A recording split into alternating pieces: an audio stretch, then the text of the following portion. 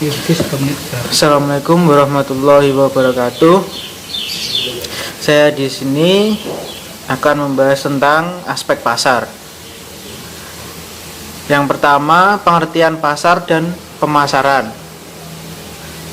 Setiap ada kegiatan pasar selalu diikuti oleh pemasaran, dan setiap kegiatan pemasaran adalah untuk mencari atau menciptakan pasar.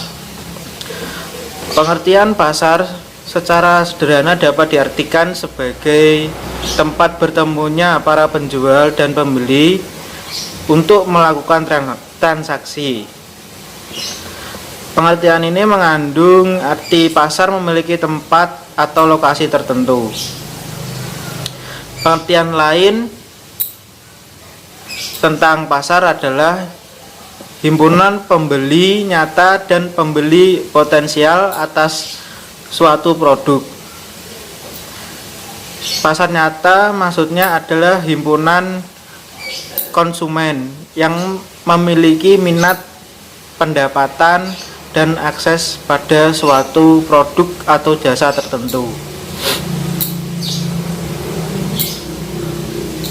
Pasar juga dapat diartikan sebagai mekanisme yang terjadi antara pembeli dan penjual atau tempat pertemuan antara kekuatan permintaan dan penawaran.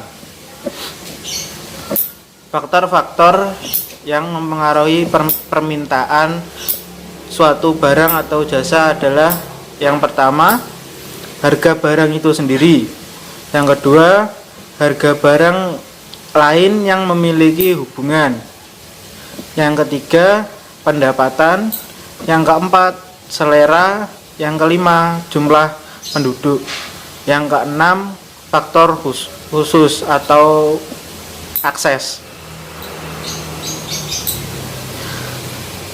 Pengertian penawaran adalah jumlah barang dan jasa yang ditawarkan produsen pada berbagai tingkat harga pada suatu waktu tertentu.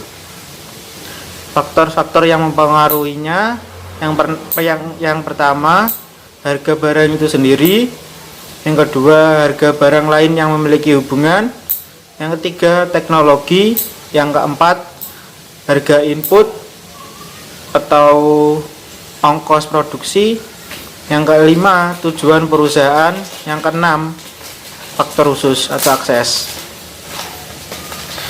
Jumlah permintaan dan penawaran serta jenis barang yang ada di pasar saat ini dapat dijadikan dasar untuk mengetahui struktur pasar atas produk atau jasa tersebut. Yang kedua, segmentasi pasar. Pasar sasaran dan posisi pasar. Segmentasi pasar artinya membagi pasar menjadi beberapa kelompok pembeli yang berbeda yang mungkin memerlukan produk atau marketing mix yang berbeda pula. Variabel untuk melakukan segmentasi terdiri dari segmentasi pasar konsumen dan segmentasi pasar industri. Variabel utama untuk melakukan segmentasi pasar konsumen: yang pertama, segmentasi berdasarkan geografis; yang kedua, segmentasi berdasarkan demografis; yang ketiga, segmentasi berdasarkan psikografis; yang keempat, segmentasi berdasarkan perilaku. Variabel utama untuk melakukan segmentasi industrial: yang pertama, segmentasi berdasarkan demografis; yang kedua, karakteristik pengoperasian; yang ketiga, pendekatan pembeli; yang keempat, karakteristik personel industri; yang kelima, faktor situasional. Selanjutnya, pasar sasaran. Secara umum, pengertian menetapkan pasar sasaran adalah mengevaluasi keaktifan setiap segmen, kemudian memilih salah satu dari segmen pasar atau lebih untuk dilayani. Kegiatan menetapkan pasar meliputi yang pertama evaluasi segmen pasar, yang kedua memilih segmen. Selanjutnya posisi pasar. Tujuan menetapkan posisi pasar adalah untuk membangun dan mengkomunikasikan keunggulan bersaing produk yang dihasilkan ke dalam benak konsumen, seperti contohnya mobil Mercedes diposisikan sebagai mobil mewah, mobil Kijang diposisikan sebagai mobil keluarga. Strategi penentuan posisi pasar terdiri dari yang pertama atas dasar atribut, yang kedua kesempatan penggunaan, yang ketiga menurut kelas pengguna, yang keempat langsung menghadapi pesaing, yang kelima kelas produk. Baiklah, saya akan melanjutkan presentasi dari kelompok kami, yaitu C. Strategi baru pemasaran. Yang pertama adalah strategi produk. Pihak perusahaan terlebih dahulu harus mendefinisikan, memilih, dan mendesain suatu produk yang disesuaikan dengan keutuhan dan keinginan konsumen yang akan dilayani. Strategi produk yang dilakukan oleh perusahaan dalam mengembangkan suatu produk adalah sebagai berikut. Yang pertama adalah penentuan logo dan moto, B. Menciptakan merek, C. Menciptakan kemasan, dan yang terakhir adalah keputusan label.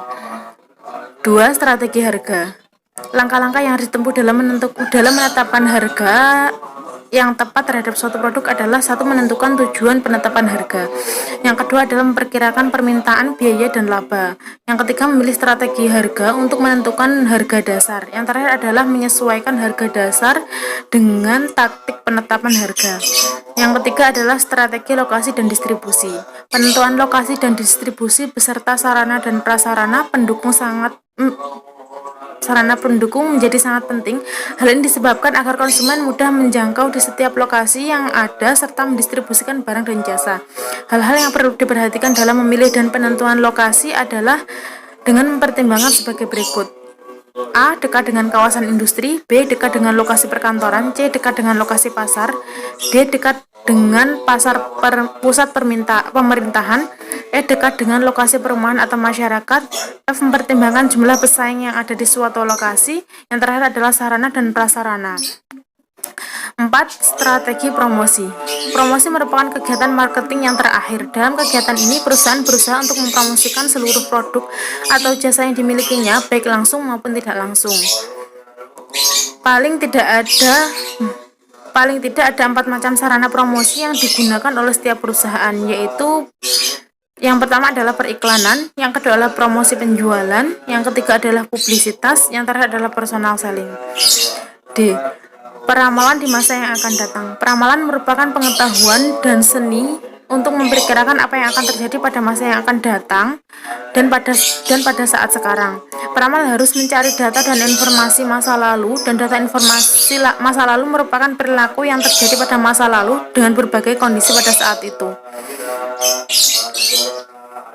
Untuk melakukan peramalan permintaan di masa yang akan datang dapat dilakukan dengan cara sebagai berikut, yaitu adalah survei niat pembeli, yang kedua adalah gabungan pendapat tenaga penjual, yang ketiga adalah pendapat ahli, yang keempat adalah metode tes pasar analisis deret waktu, yang terakhir adalah analisis permintaan secara statistik.